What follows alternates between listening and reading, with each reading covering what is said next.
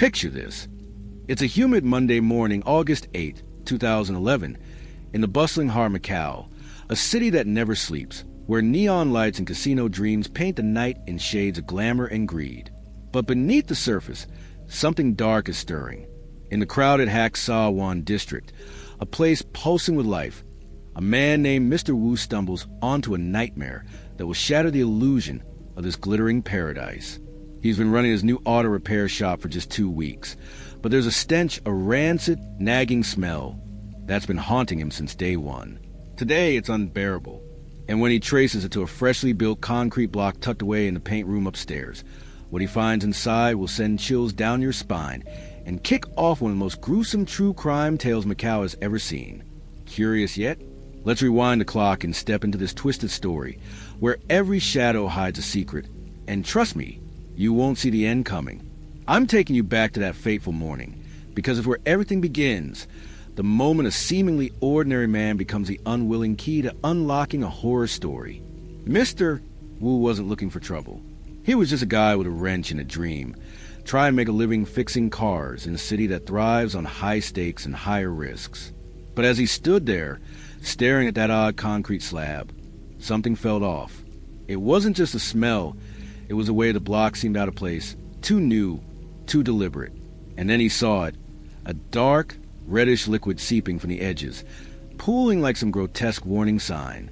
His gut twisted. You know that feeling when your instincts scream at you to run, but curiosity keeps you rooted? That's where Mr. Wu was, caught between dread and the need to know. He didn't hesitate long. He grabbed his phone, dialed police, and set in motion a chain of events that would peel back the glittering mask of Macau to reveal the rot underneath, what's waiting inside that concrete. Who, or what, could be hidden in such a cold, calculated tomb? As the sirens closed in, Mr. Wu couldn't shake the sinking feeling that he just stepped into something far bigger, far darker than he'd ever bargained for. This wasn't just a bad smell in his shop. It was the beginning of a mystery that would grip a city, dredge up ghosts from its criminal past, and leave us all wondering, how well do we really know the people around us? Stick with me, because next time, we're diving deep into the chaos that unfolded when the cop arrived. And trust me, it's a scene straight out of your worst nightmares. So, there we were last time, Mr. Wu, standing in his grimy auto shop, staring at that eerie concrete block as the stench of death clawed at his senses. The police were on their way, and the air in Hak Sa Wan was about to get a whole lot heavier. Let's pick up right where we left off, because when those cops rolled up on August 8, 2011, they didn't just find a crime scene. They cracked open a Pandora's box of brutality that would haunt Macau for years. This is where the story gets real, folks, and I'm warning you now, it's not for the faint of heart. We're talking true crime at its rawest, blood, guts, and a mind so twisted it'll make you question what humans are capable of. Ready? Let's step into the madness. The moment the police arrived, they knew something was seriously wrong. The smell hit them like a wall, rotting, thick, the kind of odor that sticks in your throat and makes your eyes water. They cordoned off the area fast, yellow tape snapping in the breeze as curious onlookers started to gather. Mr. Wu pointed them upstairs to the paint room, his hands trembling as he recounted the reddish ooze he'd seen. The cops took one look at that concrete slab and didn't waste time. It wasn't some random construction job. It was too fresh, too out of place in a shop that hadn't been renovated. They called in the fire department, because breaking into this thing wasn't going to be a one-man job. As the firefighters hauled in their gear, electric drills, sledgehammers, the works, the tension was palpable. Everyone there could feel it. Whatever was inside wasn't going to be pretty. When they finally cracked through, it was like time slowed down. 3 layers of concrete. 3. Can you believe that? Each one thicker than the last, like someone had gone out of their way to bury the secret deep. The firefighters peeled back the final slab, and there it was, a wooden crate about 3 feet high, sitting there like a coffin in the dim light. The cops pried it open, and what they found inside turned their stomachs. 5 black plastic bags, heavy and slick with decay, stuffed with human body parts. Yeah, you heard me right. Body parts. Arms, legs, a torso, all hacked apart with surgical precision. The cuts were clean, right at the joints, like the killer knew exactly what they were doing. But here's the kicker. The head was missing, and so was one hand. Whoever did this wasn't just covering their tracks. They were erasing this person's identity, piece by piece. The scene was pure chaos after that. Cops were gagging. Firefighters were stepping back, and Mr. Wu? Poor guy looked like he'd aged a decade in 10 minutes. The smell was overwhelming now. 6 months of rot unleashed all at once, filling the air with a sickly mix of flesh and chemicals. The forensic team swooped in, piecing together what they could. They figured the victim was a man, probably in his 40s or 50s, but without a head or fingerprints. Pinning down who was felt like chasing a ghost. The media got wind it fast, and by nightfall, the story was everywhere. Headlines screaming about a body in concrete. Whispers of a killer on the loose. People couldn't stop talking, and honestly, who could blame them? This wasn't just a murder. It was a statement. A cold-blooded puzzle designed to taunt anyone trying to solve it. Now, let's dig into the psychology here, because this is where it gets fascinating and terrifying. Whoever did this wasn't some sloppy amateur. The way they cut the body, the triple-layered concrete, the missing head and hand, it's calculated, deliberate. This is someone who's done dark things before, someone who thrives on control. Taking the head? That's not just about hiding evidence. It's personal, almost symbolic, like they wanted to strip this guy of his humanity. And the hand? Maybe there was a tattoo, a scar, something that could have given them away. This killer wasn't panicking. They were thinking 3 steps ahead, playing a game with the cops before the chase even started.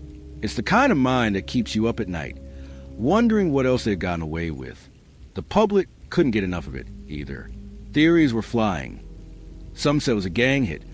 Others thought it tied back to an old case that still gave Macau nightmares. See, 26 years earlier, just a 10-minute walk from Mr. Wu's shop, there had been another horror show, the 8 Immortals Restaurant Murders. Back in '85, a family of 10 was butchered, chopped up, and get this, some say turned into dumpling filling. It's the stuff of urban legend, but it's stuck in people's heads. Now, with this new case, folks were asking, is history repeating itself? Is there a new monster walking these streets? The cops weren't so sure about ghosts, though they had a real mess on their hands. The body was too decomposed to pin down a cause of death, and Macau's forensics team was stretched thin. Only 2 experts for a case as brutal. Still, they didn't give up. They scraped what DNA they could from the remains, cross-checked it with missing persons reports, and after 3 grueling days, they had a name, Daniel Chun, a 52-year-old local known as Uncle Dan, a guy who'd vanished 6 months earlier, leaving his family desperate for answers. Suddenly, this wasn't just a body. It was a man with a life, a story, and a killer who tried to erase him. So, who was Daniel Chun? And why did he end up in pieces under a slab of concrete? That's where we're headed next. This guy wasn't just some random victim. He had ties, a past, and a reputation that might have painted a target on his back. The cops were already sniffing around Mr. Wu, but something tells me the real answers lie deeper, in the shadows of Macau's underworld. Stick around, because we're about to peel back the layers on Uncle Dan. And trust me, his story's got more twists than a casino slot machine. Last time, we left off with the cops staring into that wooden crate, the air thick with the stench of decay and the weight of a mystery that was just starting to unravel. They'd found a name, Daniel Chun, or Uncle Dan, to those who knew him, and with it, the first real thread to tug on in this grisly true crime saga. But who is this guy? How does a man go from living his life to being chopped up and sealed in concrete in the back of an auto shop? That's what we're diving into today. And let me tell you, Uncle Dan's story is a roller coaster, one that takes us from the cozy corners of a tight-knit community to the dark underbelly of Macau's gambling world. Buckle up, because this is where the plot thickens and the shadows start to talk. Daniel Chun wasn't your average Joe. At 52, he was the kind of guy everyone liked. Warm, steady, the type who'd buy you a drink and listen to your troubles without batting an eye. People called him Uncle Dan because he had that easy charm, that emotional smarts that made you feel seen. He lived about 1.5 miles west of Hacksawan in a comfy neighborhood called Kwai Tsek, with a family that adored him. Kids, grandkids, the whole picture-perfect deal. On paper, he was living the dream, A solid house, money in the bank, and a reputation as the go-to friend when you needed a hand. But here's the thing about Macau. It's a city of masks, and Uncle Dan was wearing one bigger than most. Behind that friendly smile was a past tied to the kind of people who don't play nice. See, Uncle Dan wasn't always just a family man. Back in 1990, he'd stepped into a different world, one where loyalty meant blood and money flowed like water. He joined the 14K Triad, one of the most feared gangs in Macau's underworld. Now, he wasn't swinging knives or running hits. Uncle Dan had a smoother gig. They called him a dice runner, a job that put him right in the thick of the gambling scene. His role? Schmoozing high rollers, spotting the suckers with deep pockets, and luring them into the Triad's casinos. It was all about charm and cunning, reading people, working the room, convincing some poor sap to bet his life savings on a roll of the dice. And Uncle Dan, he was damn good at it. With his silver tongue and sharp eyes, he climbed the ranks, earning respect and a tidy cut of profits. By 2011, he was a veteran, a guy who'd seen it all and still came out smiling. But that kind of life leaves marks, even if you're good at hiding them. Uncle Dan loved his booze, whiskey mostly, and he wasn't shy about throwing parties or treating his buddies to a night out. To his family, he was just generous, a big-hearted guy living large. To the cops digging into his disappearance. Though, it was starting to look like those nights out might have been more than just fun. They were business. And that's where the trail led them back to Mr. Wu's auto shop. Because the first question on their minds was, who'd want a guy like Uncle Dan dead? And why go to all that trouble to hide him? The investigation kicked into gear fast. First up was Mr. Wu himself, the guy who'd found the body, the guy who'd been breathing that stink for weeks. He was a nervous wreck when the cops sat him down, but he had a story ready. He'd been a mechanic forever, he said, always dreaming of his own place. A month before the discovery, he'd scored a deal too good to pass up. This shop, fully equipped, handed over cheap by a guy in a hurry to ditch it. Wu jumped at it, no questions asked. Business was booming, cars in, cars out, cash rolling in. But that smell? It had been there from day one. Faint at first, then choking. He'd called plumbers, checked the drains, even roped in his neighbor, Mr. Wong from the convenience store next door, to sniff around. Nothing. He never thought to suspect a concrete block. Why would he? It was tucked away, blending in with the shop's quirks. To him, it was just bad plumbing in a busy neighborhood. The cops dug into Wu's alibi, tracing his life back 6 months to a year. Every move checked out, work, home, no shady ties, no reason to kill anyone. He was clean, just a guy in the wrong place at the wrong time. So they turned to Mr. Wong, the friendly neighbor who'd helped Wu hunt for the smell. Wong was chatty, knew the area like the back of his hand, but his story held up too. No beef with anyone, no link to Uncle Dan. Another dead end. The case was stalling, and the pressure was mounting. Macau wanted answers, and the cops were running out of leads. Then one detective noticed something odd. That paint room upstairs? Tiny space, barely big enough for a workbench, but it had 2 air conditioners, one brand new. Why? Most shops don't even bother with one in a spot like that. It clicked. Someone wanted that room cold, real cold, to slow down the rot and buy time. And that concrete block? It wasn't part of the shop's original layout. They traced it back to the previous owner, a guy named Johnny Hui. Street name, Mad Johnny. And suddenly, the puzzle pieces started falling into place. Johnny wasn't just some mechanic. He was a former 14K enforcer, a name whispered in the underworld. And he'd run that shop before Wu took over. The ACs, the concrete, it all screamed cover up and it pointed straight at him. Now, think about this for a sec. Uncle Dan, a Triad vet, ends up butchering a shop owned by another 14K guy. Coincidence? Hardly. This was personal, and it reeked of betrayal. Johnny Hui wasn't some random killer. He was a predator, a guy who thrived in the chaos of Macau's gang wars. And Uncle Dan, he'd been in deep with that world too.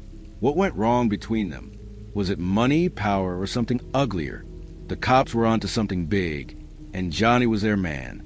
Next time, we're diving into his world, how he went from triad thug to shop owner, and what pushed him to turn on a guy like Uncle Dan. This story is about to get wilder. So don't go anywhere.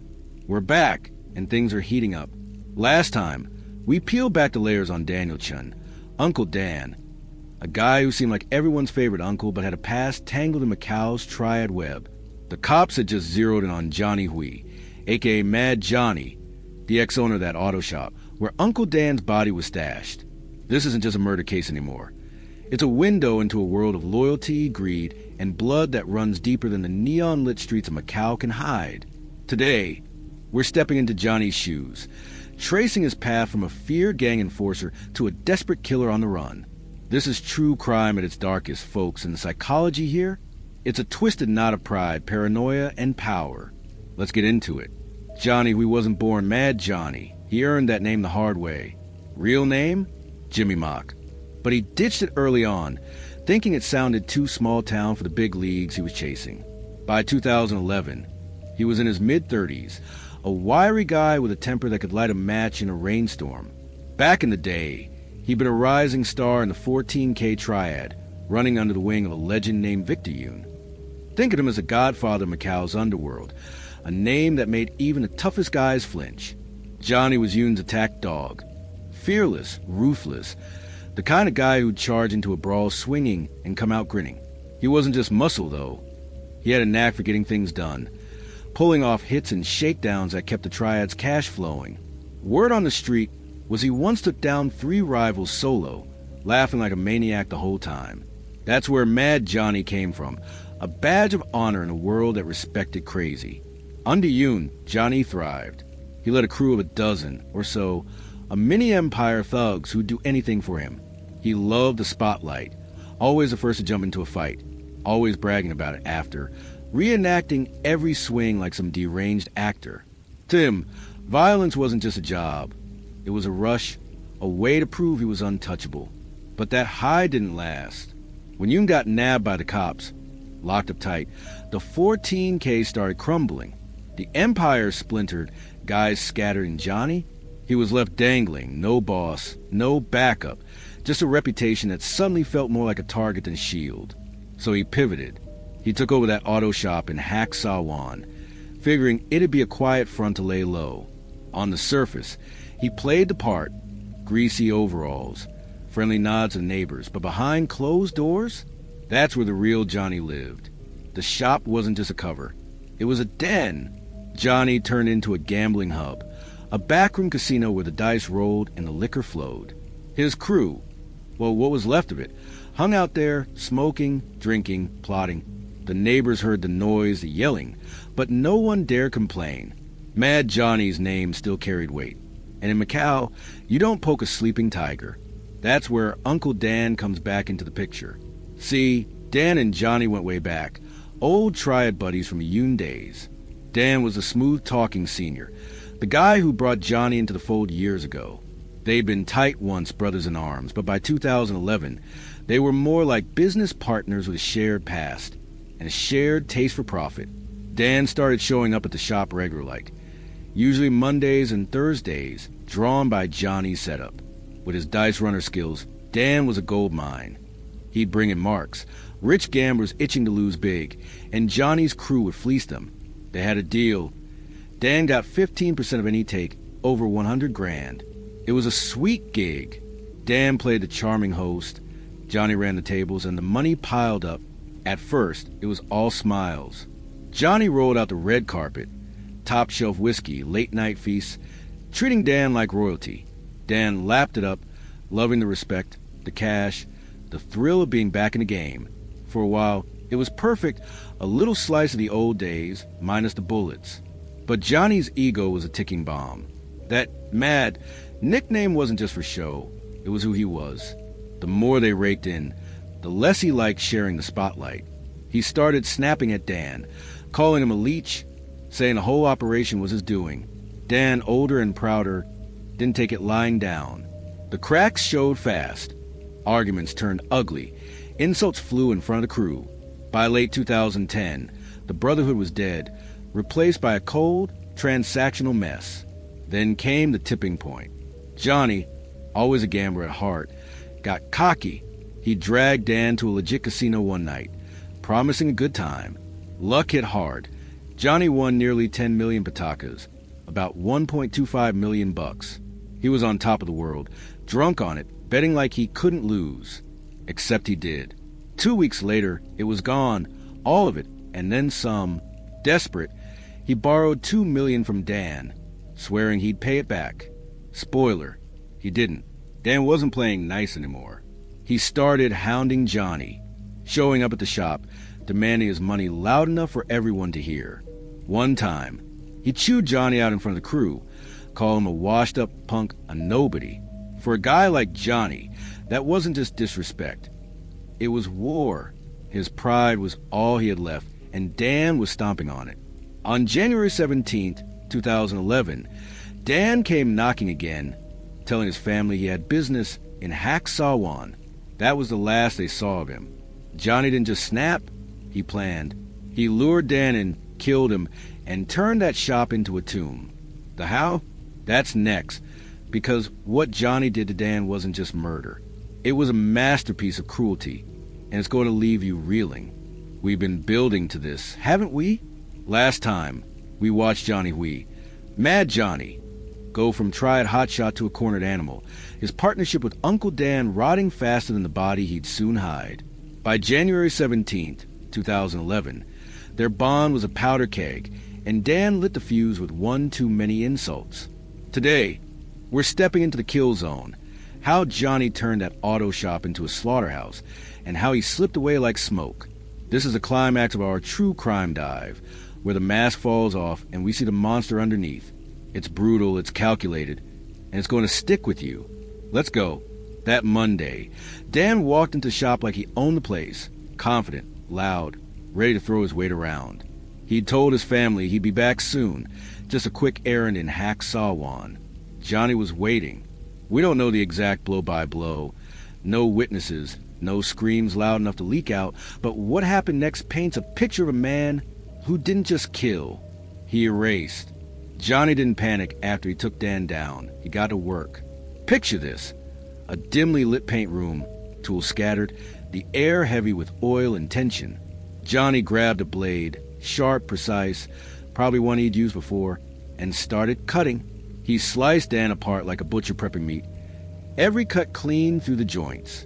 Arms, legs, torso. 5 pieces total, methodical as hell. The head? Gone. One hand? Missing 2. This wasn't rage, it was strategy. A guy who knew how to make a body disappear. He stuffed the parts into 5 black trash bags, then hauled them into a wooden crate. But Johnny wasn't done.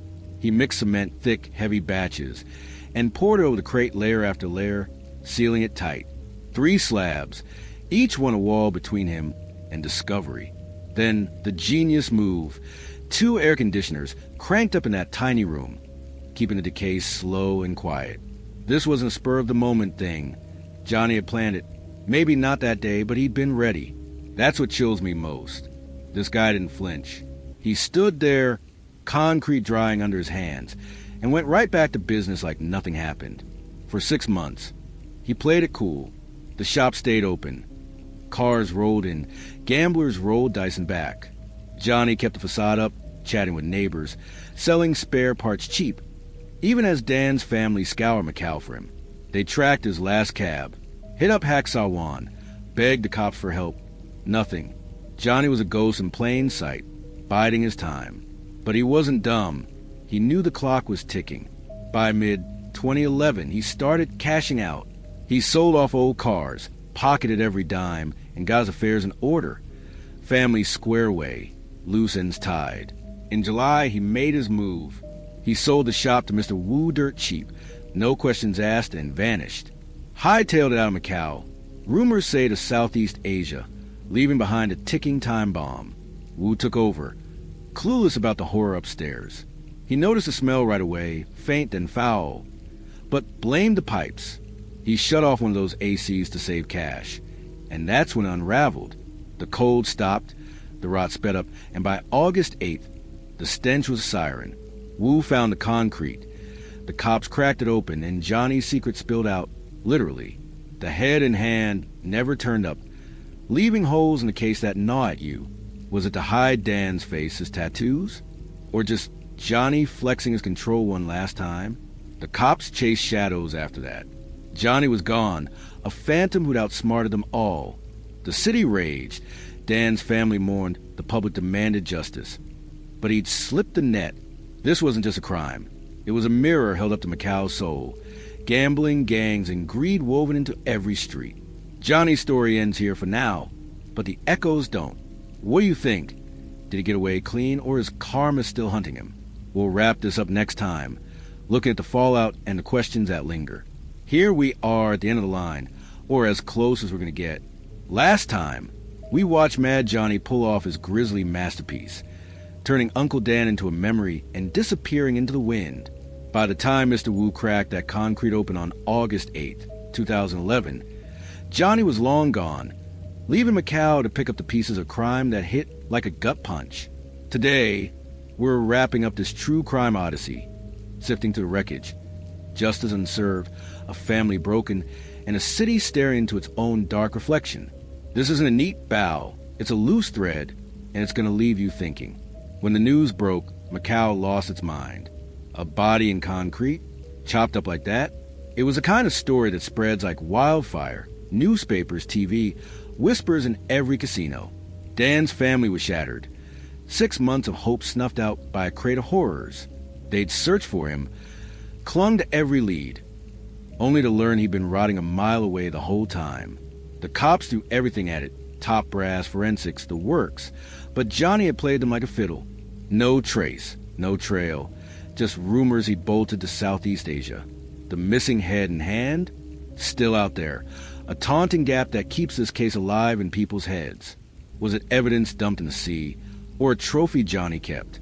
We'll never know, and that's the itch you can't scratch. What gets me is the why. Not just a murder, but the method. Johnny didn't have to go that far. He could have dumped Dan somewhere, let the tides take him. Instead, he built a tomb, hid it in plain sight. That's not just covering tracks. That's pride, a sick kind of artistry.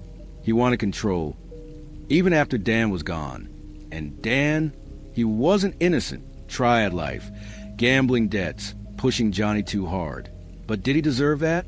It's a question that hangs heavy, a moral gray zone that true crime thrives on. Two men bound by a past, destroyed by their own demons. Greed for Johnny, pride for Dan. Macau didn't just shrug this off. It dredged up old ghosts, like the Eight Immortals case, reminding everyone that beneath the glitz, there's a pulse of violence that never quite stops. This wasn't a one-off. It was a symptom, casinos breeding desperation. Triads pulling strings, lives chewed up into gears. Dan's death was a warning. A flare shot into a sky that didn't want to look. And Johnny? He's a shadow that got away. A reminder that justice doesn't always win. So where does that leave us? A killer on the loose, a case unsolved, and a story that's equal parts tragedy and riddle. What do you reckon? Did Johnny start over somewhere, or did his luck finally run dry? Drop your thoughts below, because this one's not done haunting us yet.